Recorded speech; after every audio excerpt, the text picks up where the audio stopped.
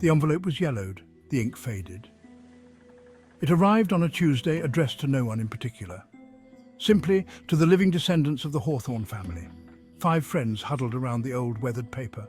Emma, the practical one, traced the elegant script with her finger. Jake, the skeptic, scoffed. It was likely a prank. Sarah, ever the romantic, saw mystery in its folds.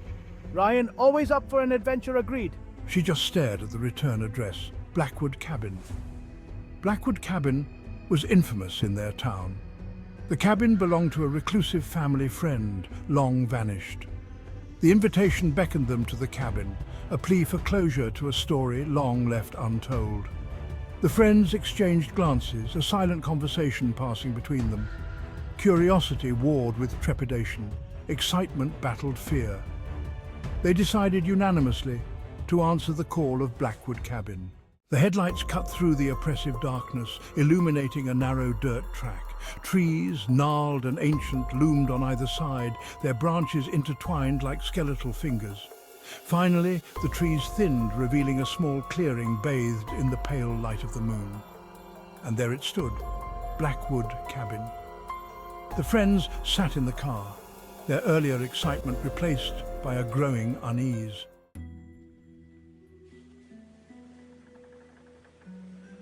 Emma, ever the pragmatist, was the first to break the silence. "Well," she said, her voice tight, "here we are." She pushed open the car door and stepped out into the cool night air.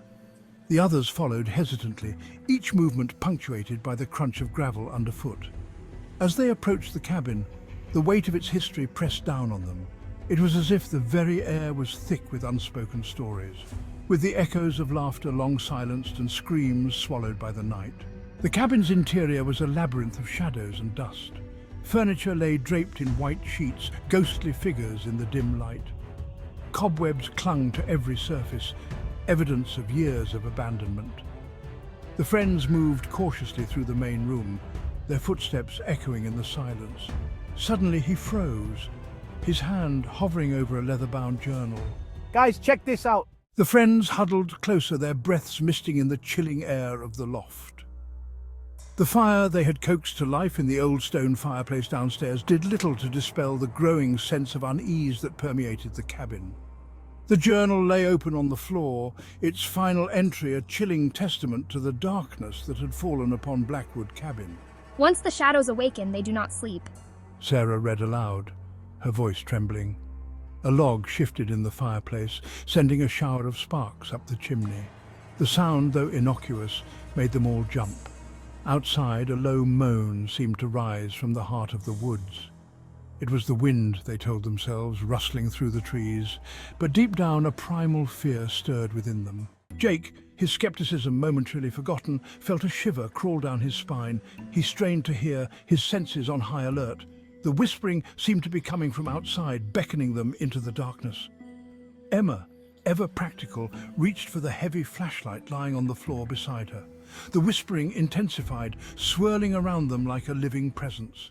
The whispering voices pulled at them, a siren song beckoning them into the depths of the unknown. Fear warred with curiosity, a silent battle raging within each of them. "We can't just stay here. We need to see what's out there." Armed with only a flashlight and their mounting fear, they stepped out of the relative safety of the cabin and into the embrace of the woods. The path, barely visible in the pale moonlight that filtered through the trees, twisted and turned, leading them deeper into the woods, their flashlight beam dancing erratically across the undergrowth, a chorus of disembodied voices that sent shivers down their spines. The trees thinned, revealing a small clearing bathed in an eerie, otherworldly light, its branches reaching out like skeletal arms towards the inky sky, a primal instinct screaming at them to turn back. As they stood there, frozen in place by a mixture of fear and morbid curiosity, a movement at the edge of their vision made them jump. A shadow, fleeting and indistinct, darted between the trees, disappearing as quickly as it had appeared. Did you see that? Ryan whispered, his voice hoarse with fear. The others nodded, their faces pale in the moonlight. The friends stood there for a moment, their hearts pounding in their chests, their breath coming in ragged gasps. The silence of the clearing was broken only by the sound of their own ragged breathing and the distant hoot of an owl. Then, slowly, cautiously, we began to move towards the center of the clearing, drawn by an unseen force. As we approached the ancient oak, we noticed something scattered at its base. Photographs, dozens of them, faded and yellowed with age. We picked them up, our fingers trembling, and held them up to the moonlight. The friends stumbled back to the cabin, their faces ashen in the moonlight. The photographs lay forgotten on the clearing's edge, silent witnesses to a horror they could barely comprehend. The woods, once a source of adventure and excitement, now felt oppressive, a malevolent entity closing in on them. Each rustle of leaves, every creak of a branch sent shivers down their spines. We can't just leave him here. We need to stick together. We'll be safer in numbers. But even as she spoke, she couldn't shake the feeling that they were already in too deep, that the darkness had already seeped into their hearts, marking them as its own. Finally, as the first rays of dawn pierced through the cracks in the boarded-up windows, they reached an uneasy truce. Exhausted and emotionally drained, they agreed to stay just one more night to search for Ryan at first light. But sleep, when it finally came, was a fitful, uneasy thing, plagued by nightmares and the constant feeling of unseen eyes watching them from the darkness. A sliver of grey light, cold and unforgiving, pierced through the gaps in the boarded-up windows. Dawn had arrived at Blackwood Cabin, not with the promise of renewal, but with the chilling realization of their predicament. The remnants of the previous night's fear clung to the air, thick and suffocating. Emma was the first to stir, her limbs stiff, her mind still entangled in the tendrils of a nightmare. She sat up, pushing back the musty wool blanket, and instantly knew something was wrong. The air hung heavy with an unnatural silence, a stark contrast to the incessant whispers that had haunted the night. But only silence answered her. The mattress next to her lay undisturbed, the sheets cold and empty. Ryan was gone. Panic, sharp and cold, shot through her. Jake and Sarah, their faces etched with exhaustion and a growing sense of dread, were quick to join Emma's frantic search. The cabin, small as it was, seemed to swallow their calls, the silence growing more oppressive with each passing moment. He probably just went for a walk. Jake offered, his voice lacking its usual conviction. He tried to sound reassuring, but the tremor in his hands betrayed his true emotions. The events of the previous night, the whispers, the shadows, the terrifying photographs, had chipped away at his skepticism, leaving him vulnerable to the fear that gnawed at the edges of his mind. No, Sarah whispered, her voice tight with panic. something's not right. This doesn't feel like Ryan. She clutched at the worn fabric of her shirt, her knuckles white as bone. The woods, she realized, had a way of amplifying their fears, of twisting their perceptions, until even the most rational explanations seemed implausible. Driven by a shared sense of urgency and a growing certainty that something was terribly wrong, the friends ventured back out into the oppressive embrace of the woods. The morning mist clung to the trees, thick and cloying, blurring the edges of the world into an unsettling dreamscape. Every rustle of leaves, every creak of a branch sent shivers down their spines. She bent down and picked it up, her fingers closing around a small silver locket. She pried it open, her breath catching in her throat as she glimpsed the faded image inside. It was a picture of Ryan, his face young and carefree, a stark contrast to the fear that now twisted their own features into grotesque masks. The locket slipped from Emma's numb fingers, the silver a cold weight against the damp earth. The image of Ryan, his eyes reflecting a depth of despair she couldn't comprehend, seared itself into her mind. We have to find him. The woods pressed in around them, a suffocating presence that stifled even the air they breathed. The woods held secrets, whispers of a darkness that stretched back generations. Lily, her face pale and drawn, her silence more unsettling than ever, knelt beside the locket. Her fingers, long and slender, traced the intricate design as if seeking answers in its cold, unyielding surface. And then she found it. A passage, barely legible, scrawled across the bottom of a page, yellowed with time and stained with what looked disturbingly like blood.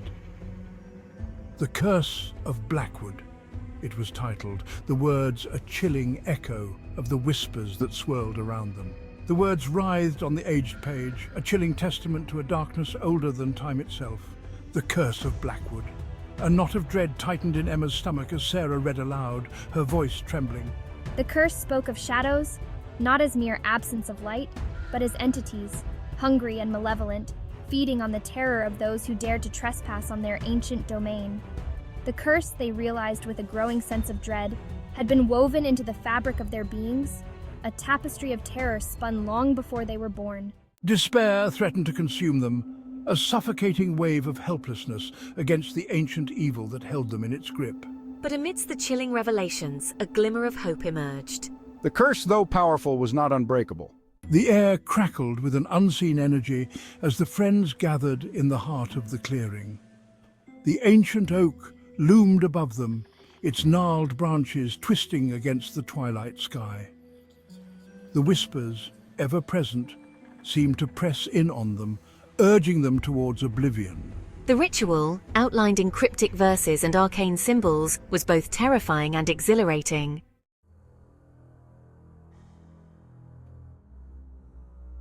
Lily felt the shadows pulling at her, their whispers slithering into her mind, amplifying her deepest fears. She was the key, the ritual's catalyst, her fear both a weapon and a curse.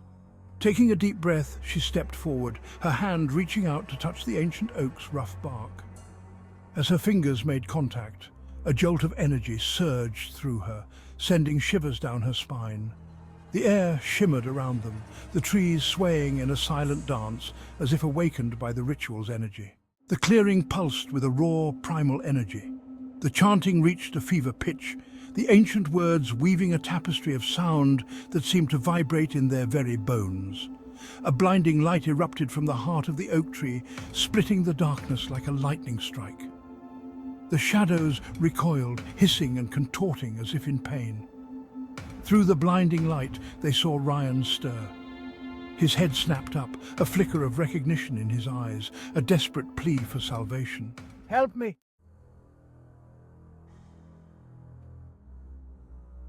Jake and Sarah, their own terror momentarily forgotten, surged forward, forming a human chain against the encroaching darkness. They reached Ryan just as the light flickered, threatening to extinguish altogether, their fingers intertwined, a lifeline of desperation against the abyss. With a final desperate pull, they dragged Ryan back from the brink, his body collapsing against theirs. As the first rays of dawn pierced through the canopy, casting long, eerie shadows across the clearing, the figures faded.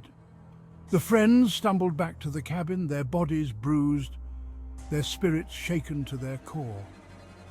They emerged from the woods, haunted by the faces of the lost, forever bound to the shadows.